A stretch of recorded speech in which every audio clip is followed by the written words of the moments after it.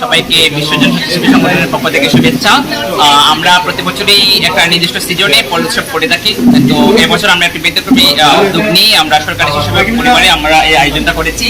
তো আমরা এবছর মোটামুটি প্রায় 7 থেকে 8 জাতির পোলের আয়োজন করেছি। এখানে শিশু পরিবারে মোটামুটি যারা ছিল সবাই এই উক্ত পোল উৎসবে অংশগ্রহণ করেছে।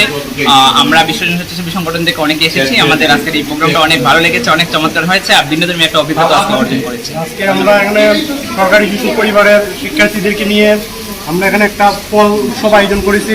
মধুমাস জ্যৈষ্ঠ আষাঢ় মাসের উপলক্ষে, যেহেতু সিজনাল ফলের একটা সময়, তাই ওই সময়ে আমরা তাদেরকে নিয়ে ফল উৎসব করেছি, যা আমাদের প্রত্যেক বছরের নিয়মিত কর্মসূচির মধ্যেই এটা থাকে আমাদের বিশ্বজন স্বেচ্ছাসেবী সংগঠন।